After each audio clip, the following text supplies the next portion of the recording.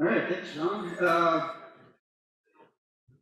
Was getting nervous. I was waiting for John to go get the thermostat. It's a trifecta of sleeping, right? Turn off the lights, have a little lunch, turn off the heat. Everybody passes out. So I'll try to keep it lively, keep you excited a little bit. Modifying the topic just a little bit. The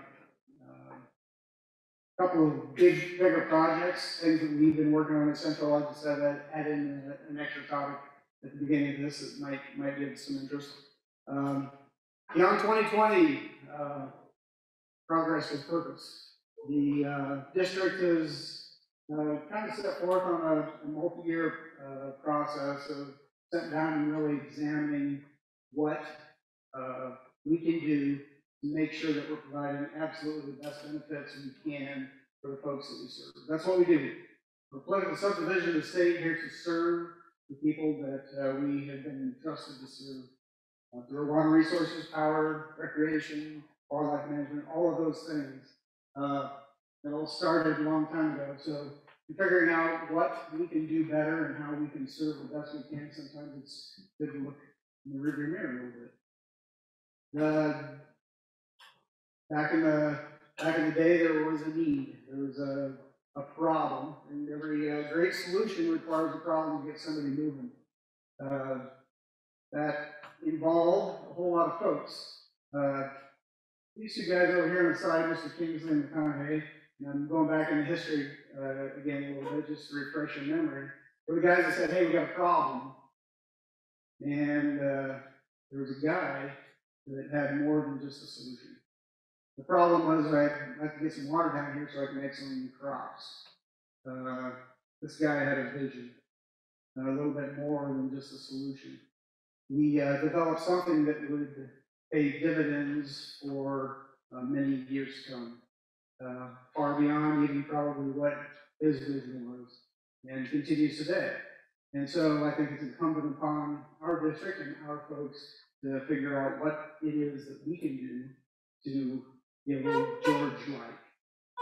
Can we channel a little inner George and do more with what we have and what we're doing? And so many years ago, we had this mission statement. All revolves around the same things. We're here for the people we serve, to provide the absolute best and most benefits, the cheapest way to provide all the benefits that we can to each and every one of our customers, to become a nationwide and worldwide leaders. I remember I was barely out of college when I heard predecessors talking about these things. Worldwide, nationwide seems lofty. Why not? If you're going to try to do something, why not try to do the best that you can? So, one of the projects that kind of came from this discussion. Hillwood Reservoir, and a lot of folks in our office have been working on this for a couple of years.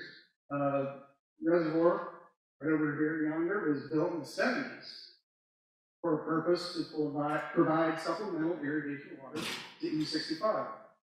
Had the capacity of siphons that originally fed E65 was only 350 CFS, and the demands had gotten large enough that it just couldn't handle it all the time. And so they decided, gee, what could we do? At the time, the capacities of our whole system were not great enough to supply all the needs in the E65 area.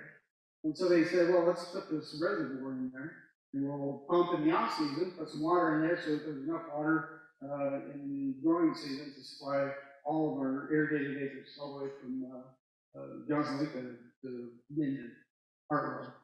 And so they built this, and things changed. The system here, maybe a little bit of a geography lesson. Water comes off the supply canal by Johnson Lake, and there's 3 steel siphons built back in the 40s to convey that water. This was added in the 70s because of the need for that supplemental water like we talked about. But these things were built in the 40s. If you follow any of the surface water irrigation news, you heard about the Fort Laramie tunnel collapse and the tremendous amount of angst and problems that caused. No, these aren't 20 years behind them. Those are concrete, ours are steel. Life is coming to the end. And so we took a moment and we said, hold on, let's think about how we're using this. Is there something that we can do better? And a couple things came from that. We already started using it a little bit differently.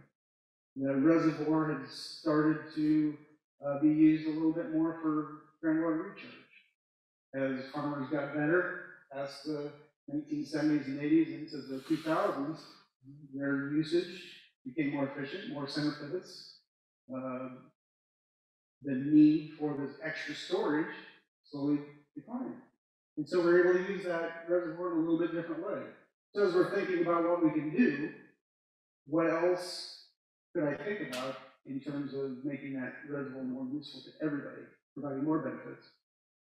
Well, there's a couple of problems. As we've been using it differently, we found some seepage that had occurred in the dam because we were holding it higher for longer periods of time, right? And so as you use recharge in the off season, there were a few years there where the lake level behind the Elwood Dam was high for longer periods of time. And all of a sudden, a little dampness shows up on the banks near the pump station, the outlet. And our engineers go out there and they're looking around, digging around, investigating. And you find out that this dam's operated in a cycle for 20 or 30 years with no issues, but if we're going to fill that thing up, it turns out it's going to need a little bit of work. And so they get to it and have developed a seepage control plan. They've spent a lot of time and effort developing a way to capture all that leakage safely, put some overburden up on top of it, and transport that leakage water back to Plum Creek. For only $4.2 million. So a little bit costly, and so they're out looking for solutions to that problem as well, but has the design into the state and will be probably undertaking this work in the next couple of years. So if I'm going to go that far, let's think a little bit further down the road. What else could I do here if I have these old siphons to preempt the conversation about how I can provide even more benefits? What if I rerouted that siphon and I replaced it instead of with a smaller steel pipe? If I went out and found a big old high density polyethylene pipe, 110 inches in diameter, am I right? 102 inches in diameter. All right, close. And bury that thing across the way. It's a shorter distance, has a higher capacity. Now all of a sudden I can run all the water I need through that one cycle, and my supply now has the capacity with reduced requirements from our producers to handle the whole thing. What else can I do with that lake now? A lot of options. So if we're going to make some progress and do some more things with the facilities that we have, let's do it on purpose. And so we sat down and we designed that. A nearly 500 CFS pipe that we can run all the water through, gravity flow it. Yeah, there's your answer. I have the numbers right in front of me. 450 CFS. What happens when it rains? There's a whole lot of extra water. Could I put a little bit in there, maybe? All of a sudden, I have greater control. I have more ability to utilize the storage water that's already been sent from McConaughey 5 days ago when the rain comes. I can be more efficient. I can be more effective with the use of the water. Win, win, and win.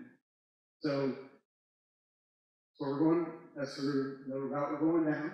They have estimated the cost of putting that pipe in the ground about $16 million, $15 million in the neighborhood.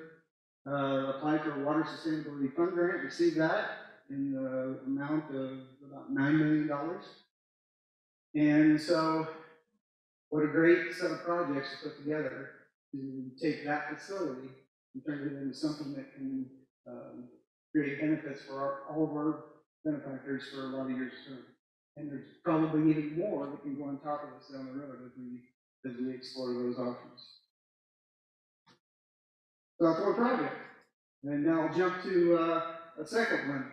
And now I've got a couple of Georges in here. I got Mr. Johnson and Mr. Norris. So we got some George squared. And these two guys will play an important role because they both had a vision back in the day when we created the districts that were part of their hand in making. George Johnson, well aware of, and I talked a little bit about his role in creating the district. It wasn't just a ditch company that brought water down for the thirsty crops, but also created a system of groundwater recharge network, hydroelectric generation production, recreational opportunities, things that have made a difference for the entire region. And along with Mr. Norris, we sat down and said,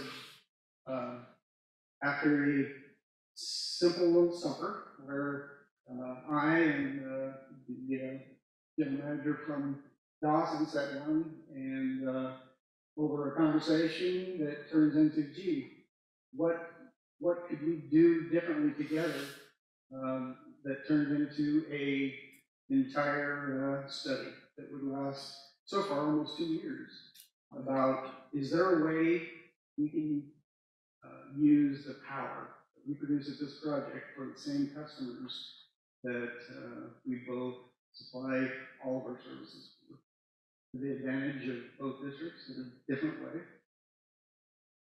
Can those two districts together do something more than just the addition of those two districts?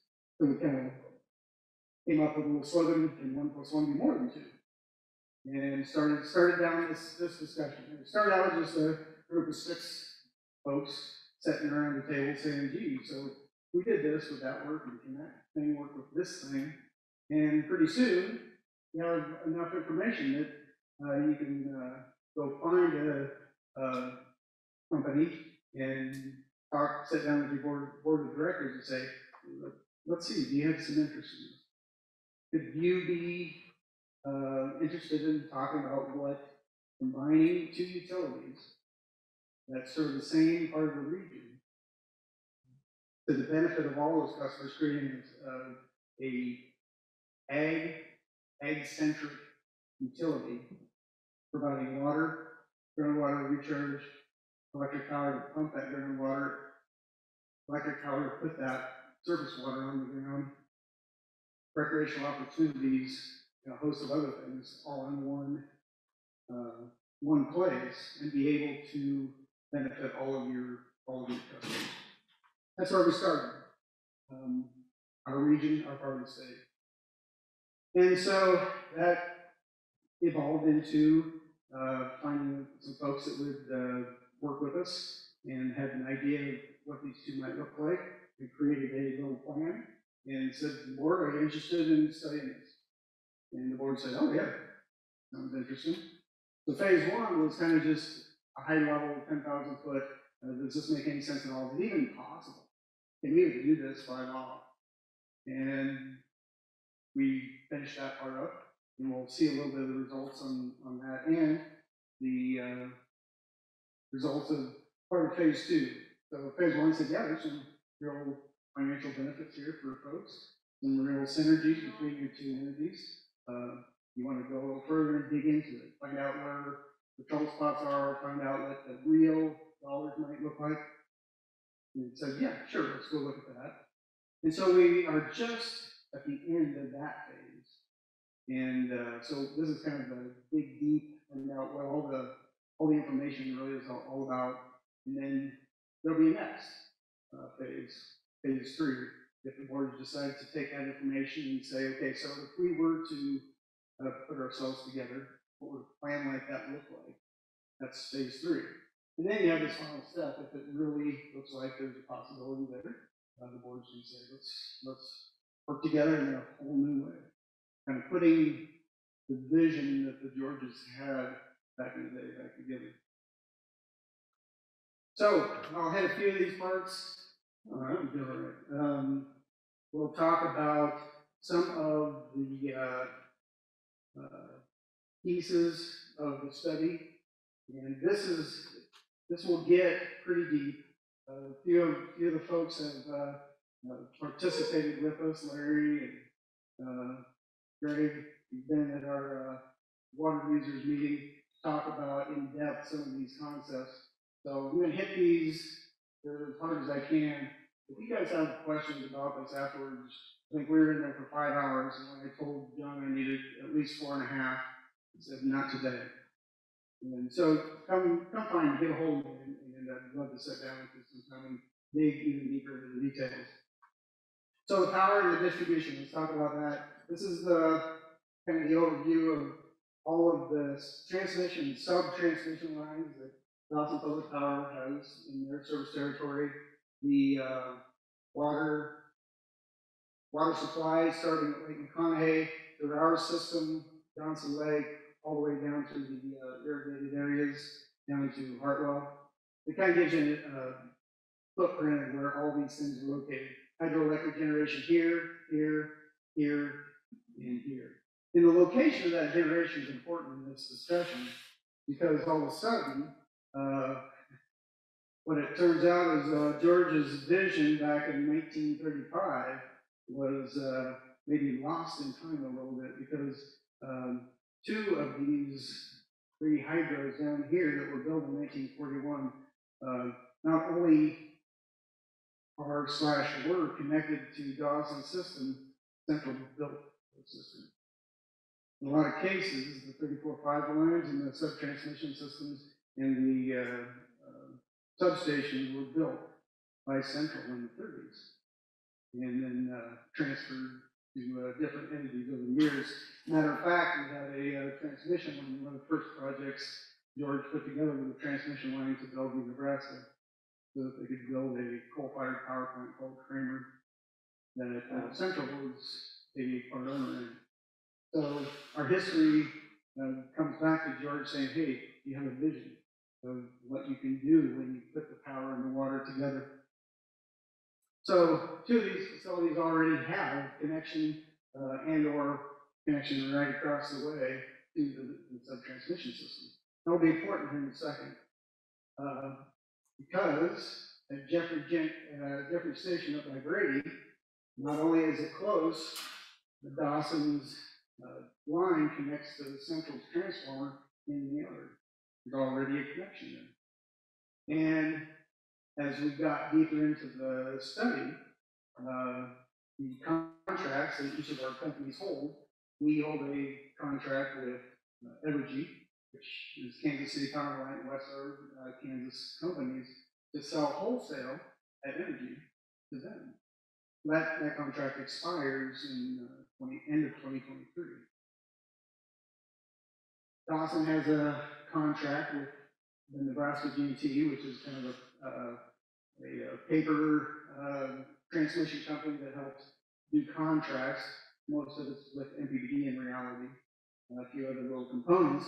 But that contract says, hey, Dawson, if you want to use 10% of your own generation on your own customers, you can do that. But that's it. The rest of it you have to buy from us. So it's a kind of an all requirements contract. Well, that's kind of cool. 10% of their maximum load, their system load. Their maximum system load is about 200 and some odd megawatts. Jeffrey Hydro is about 20 megawatts. Gee, that's 10%. Worked out real well. Good math. So automatically you can use that generation internally. Okay? Neat idea. How does that help anything? I'm guessing we have ag producers in here that when I say the word load control, will cringe. They've seen cringes. Right? It's code red day, code green day. Everybody worries about that bill when you get that demand charge. The highest part of your bill is there, right? Well, Dawson passes that along in Southern and all the other areas that have a lot of irrigation, especially participate in this because NPPID charges them based on their demand. So if they can curtail the demand on those very highest days, it has a huge impact on the bill. If you can curtail your demand, you get a huge benefit on your bill. Theirs is even bigger, it lasts for the entire month. If I can drop that peak off of that day, it's just like load control, right? So if you have a 20 megawatt motor on your farm and you could turn it off during that peak, it's very similar to internally being able to turn on a 20 megawatt hydro and generate that energy. Have a huge savings in monetary savings to the entity. So the source of that is the water going through the hydro. So all of a sudden you have a benefit for all the customers that you provide benefits for within that entity. So kind of a complicated discussion to have, but there's also more alignment in it. It gets even crazier. When do you have load control? In the summer. When does the water go through the hydros to go for irrigation? During the summer.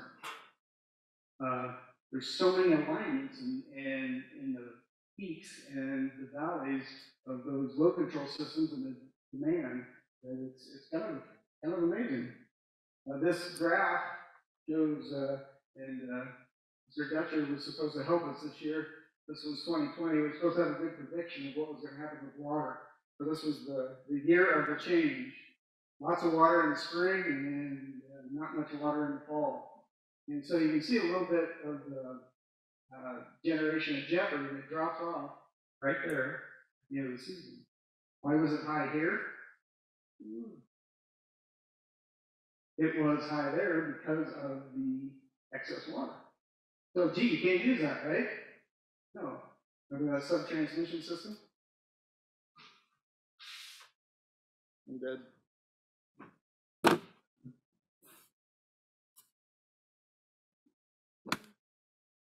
A different one? Ooh, pretty.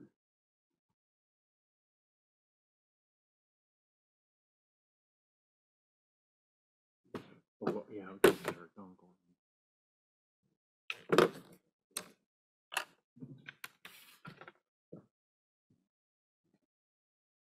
There we go.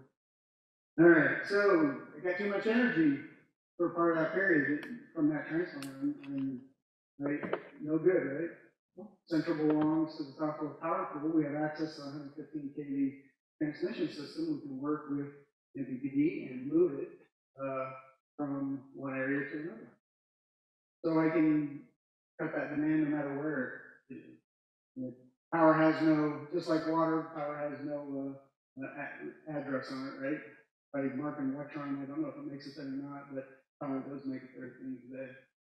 So we sat down through that phase one and tried to identify some of the savings, and I'm going to jump to a little bit of an answer on phase two. The 2024 to 2030 estimated savings are in the neighborhood of $11 million. And that is comprised of power savings, majority, efficiencies in our operations. We can find places where we can, as people retire, take jobs and be able to find some efficiencies in those positions. And so those multiply over time, and that's only one power plant. What happens in 2035 when the contract expires for the GNT? And I get more of that green energy, that carbon-free energy that seems to excite a lot of folks, and deliver it to the benefit of the people in the area. So that's only one aspect of the whole discussion. There's the savings that came along with it. There's questions. There's challenges that go along with it too. How are we going to govern this place? How does the rest of this all pan out? So here's the area, right? This is the whole territory that's served by Central. We've got 3 counties, Gosper, Phelps, and Kearney, and Dawson, and Lincoln, and Keith, up on the supply canal section. This is what the combined territories look like. So if you took Dawson's electrical service territory and central service territory and overlaid them on top of each other, this is everything. What do we currently not have any representation in? Those are the areas. Those are the areas where we currently don't have any kind of central representation on our side. So, take it a step further, begin to talk about integrated management, conjunctive management. And this is where it gets really exciting from all aspects, from power to water to sustainability of the resource and impacts to groundwater irrigators as well. Can I utilize all of these things together in a way that makes the entire region benefit from the fact that it's being controlled by this entity for the benefits of the entire region? Using the power production to assist with the power distribution, combining the power from the irrigation and groundwater recharge, and all of those factors into one package. And this is where it gets a little bit more fun. So strategic fit between all of our entities. Here's where Central has direct surface water irrigation. This is kind of that same footprint. Here's where we have indirect surface water irrigation. So what's indirect surface water irrigation? McConaughey really is the source for all of that water. The storage in that reservoir allows these contract canals, especially up here in the north side and south side, Orchard Alfalfa, 30 Mile Canal, Dawson Canal. McConaughey acts as a buffer for the Glendale Canal within the North Platte River between the North Platte and the Walla. Where's the groundwater recharge benefit? I kind of made my bubble pretty big. That the groundwater recharge influence really does go far beyond just the area, right? And if I'm running water in some of those other areas on the north side, I'm also influencing groundwater recharge. That influences the whole region, entire region. All supplied from the benefits out of Lake McConaughey. Recreational opportunities. I kind of made some indirect ones too, potentially. Think about the Sutherland Lake and Lake Maloney. Even those reservoirs have a stable supply of water because of Lake McConaughey's storage ability. So now, we'll go even a little bit deeper. Here's the same old groundwater map you've seen 1,000 times. Where is the benefits to this from that conjunctive management system? I always like to take a second to say, gee, we do have a potential model for what you can do if you do it right here in Nebraska. Here's the rest of the country. The Downey drilling guy is always telling me how much they're mining out in Kansas, Texas plains.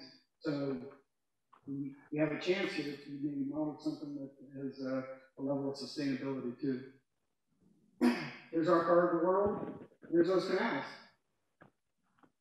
So you can see where the groundwater improvements are, and this is where it gets kind of fun. These canals that are up here in the called the Kozak, Gothenburg, Lexington area, they've been in business as long as we have. They've been applying water for the same amount of time as Central has, but yet you see a huge difference here to down here in South Central where we are. And same thing up there by Sutherland in that area. And I have my visual aids with me. One of the differences is the geology, right? And so here on the north side of the lake, or north side of the river over there, where there's called Gothenburg, Dawson County, Kozak Ditch area, this is what your aquifer looks like, right? You pour water in, comes in, out, and hits the river. Down here, George got lucky. He hit the gold mine. Ours looks like this, right? Put the water in, it stays in. All of it? No? We keep pumping in, and it'll leak out the side. It's got a little Scotch-Brite up. It's got a little Scotch-Brite on the bottom too, right? Comes out. Where does it end up? Back in the river. No. Gee, that helps. It helps depletions, offsets to depletions in the rivers, doesn't it? Offsets to depletions in the river help groundwater irrigators have certainty that they can continue to irrigate. That's pretty cool. Water that leaks off this side goes down to the Republican. Helps them with their compact in the state. This has been happening for a lot of years. Wasn't probably what George had in mind when he said, let's go build the canal clear up there. He said, yeah, we've got to get some water up there. But he sure did create something. Can we take what he's created and make something even better? So all of these facilities are using that resource from Lake McConaughey. And we knew in the 2000s what happened with Lake McConaughey, tank. Everybody's looking, scrounging for water. Is there a way that we can work conjunctively together in a better way to survive and suffice everybody's needs? We have a sustainable, more sustainable water supply, make sure that we're irrigating down here every year, providing the benefits that mound has provided for a long time to come. Now, here's the overlay of the electrical grid over top of it. All of a sudden, I have the ability to work with those customers in lots of different ways. Let's say it gets really dry again. We know how far the groundwater mound map is one piece of the puzzle, but the other piece is depth of water, right? This just tells you how far it's appreciated over time. It doesn't tell you how far it is down to the water. Over there on the north side, it's not very far. You're not too far from groundwater, and it doesn't change a lot, right? Not only can I put water in here and it goes right to the river, but I can pull it right out of here and it doesn't change much. Not true down here. If we wanted to mine all of that water, one Lake McConaughey's worth of underground water out, we could do that. Does that make sense as a state? Colorado sure doesn't think so. They're pretty smart with how they do things. They recharge where they can. What if we sat down together and made a plan where, when it's really dry, we can help make farmers help costs. We can provide rate structures and some incentives that help them say maybe it makes sense this year up in here in this area, maybe not to irrigate a canal because there's no supply. I want that water to come down here. What would incentivize them to do that? Electrical rate, perhaps, a surface water rate. We could work collectively with all of the participants in that. We could come up with a way to make that happen. And now suddenly McConaughey has more stability. Nice cycle, not a tank and fill and spill. Wouldn't it be nice to have sustainability in here? Why would, and now I'll get into the governance piece, why would those Dawson people care? Why would they care at all? Water needs to come through the hydros to make electricity. It needs to go down here where it can benefit all Nebraskans every year to make that electricity. Pretty cool. And George said it. In his 16-page resignation letter in 1947, he warned Central many times to make sure that you're taking care of all those benefits. He said you can't separate the water and the power. If you do, you're doing it at your own detriment. Those benefits, the more benefits that you can provide for all of your customers, the stronger your district. Both within the region and within the state.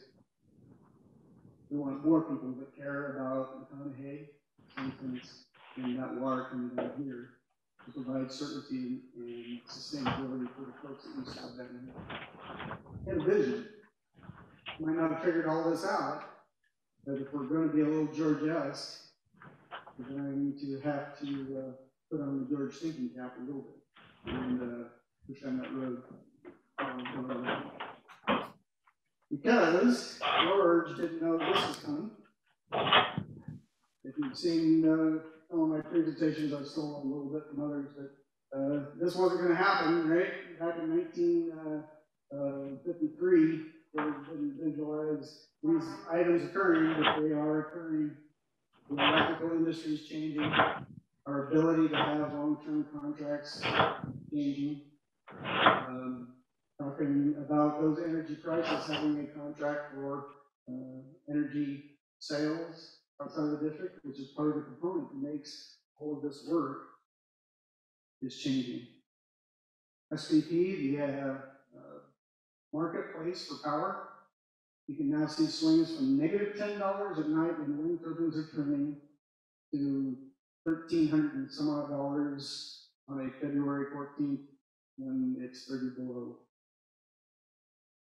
Not easily taken care of in a contract, but definitely a value when you're taking care of your own customers.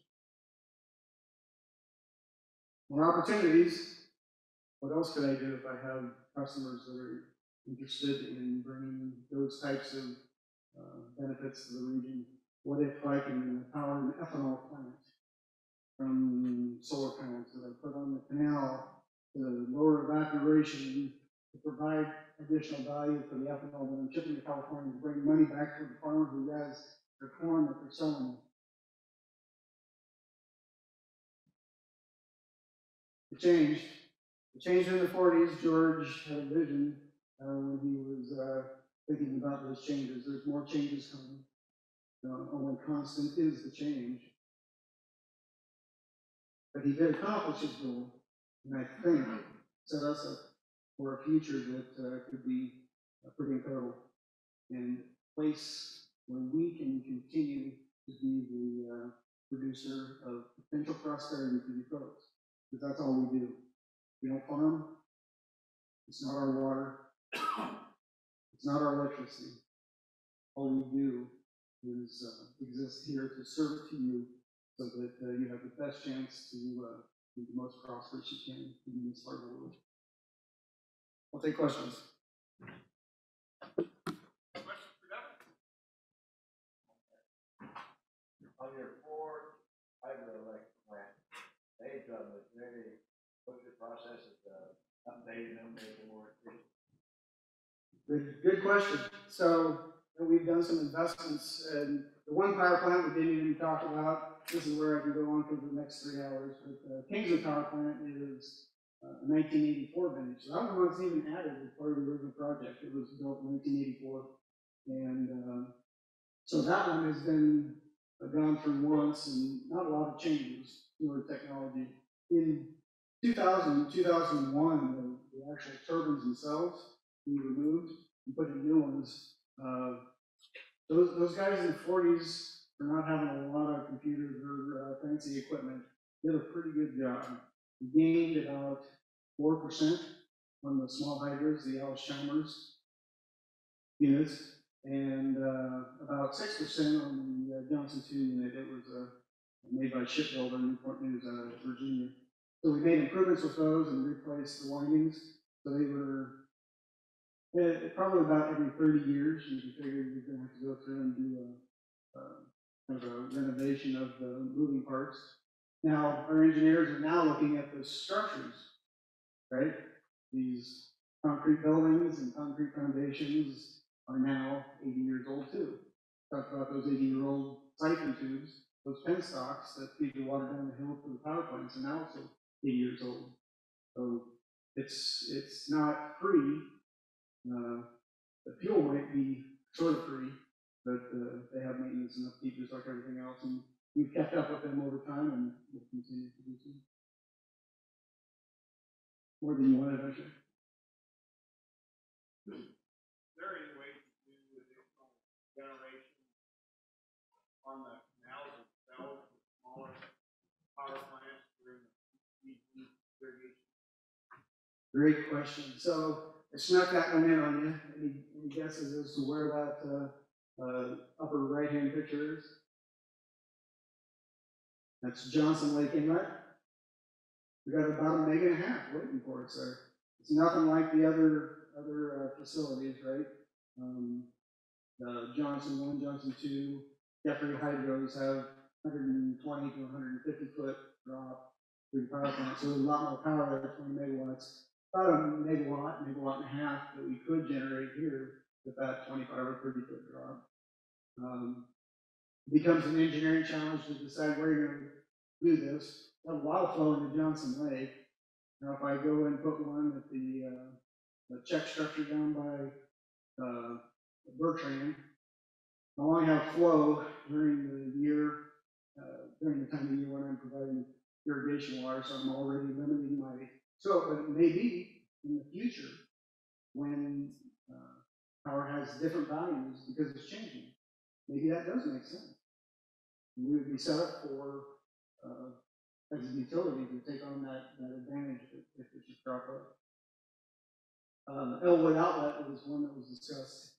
If we put a tube into that, could I replace that pump station that I used to have to spend electricity and money to put water into the lake and getting electricity out of it as it comes out of the lake? It could be studied. Questions? What was the original stimulation for looking at the merger, and when did the merger talk start? Oh, we've been at this. We want to take time with this. This is something that needs to be investigated very thoroughly. And we've been transparent as we can be, having talks like this, bringing folks in. Anytime you want to know, come on in. We'll chat. We've been at this for probably 1.5 years. The board took action a year ago to begin the study work, back in November, I believe.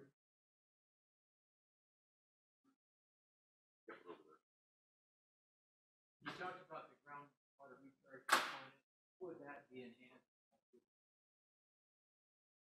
So the ability to put water in the ground is kind of twofold.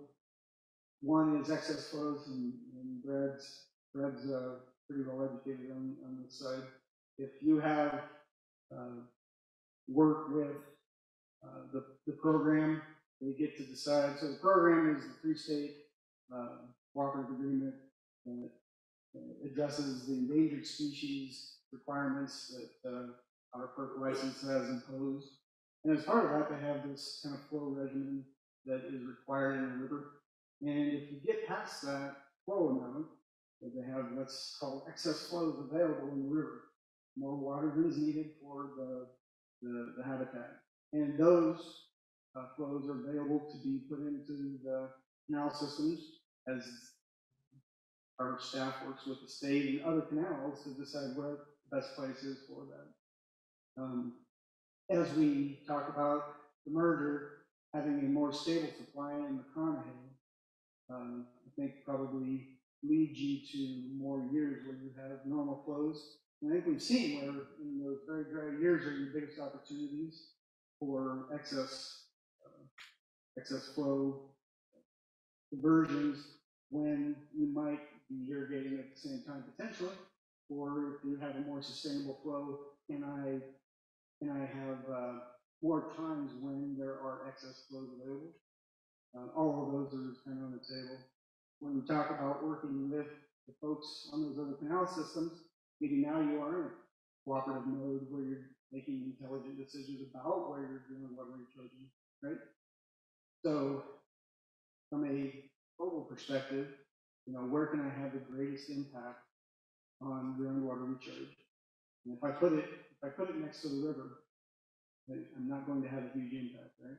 This conversation gets us a step closer to looking at it as from a higher perspective.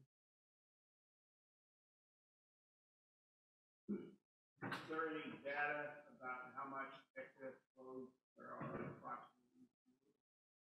Oh, it varies. I'm going to look over to the crowd. Acre feet. Best year was what?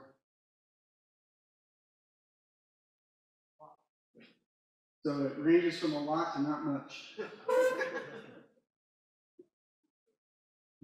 I thought that computer you had in your head would just spit that number out. No, difficult that question. It's funny, you know, there's different excess flow numbers for different times of the year. And inevitably, you know, you're getting close and then something happens, changes the flows in the river. You have an event. And flexibility to be able to take advantage of them. I'll go back to the Elwood conversation. Having that facility ready to go with the second tube and without pumps that I have to start up and all of that work is a difference maker.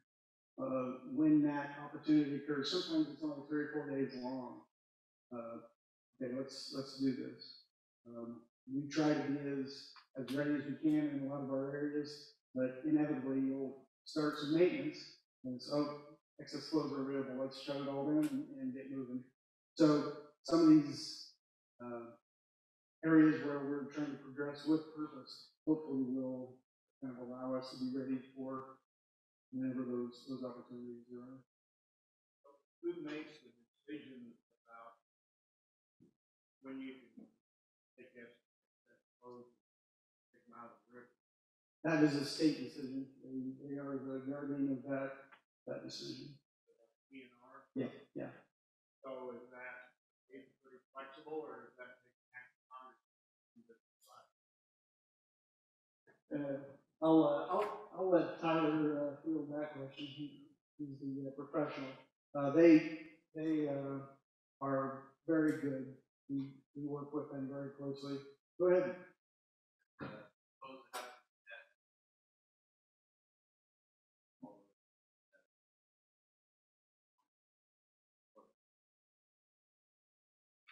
Mainly, Overton and Grand Island are the kind of where flows have to exceed a certain threshold.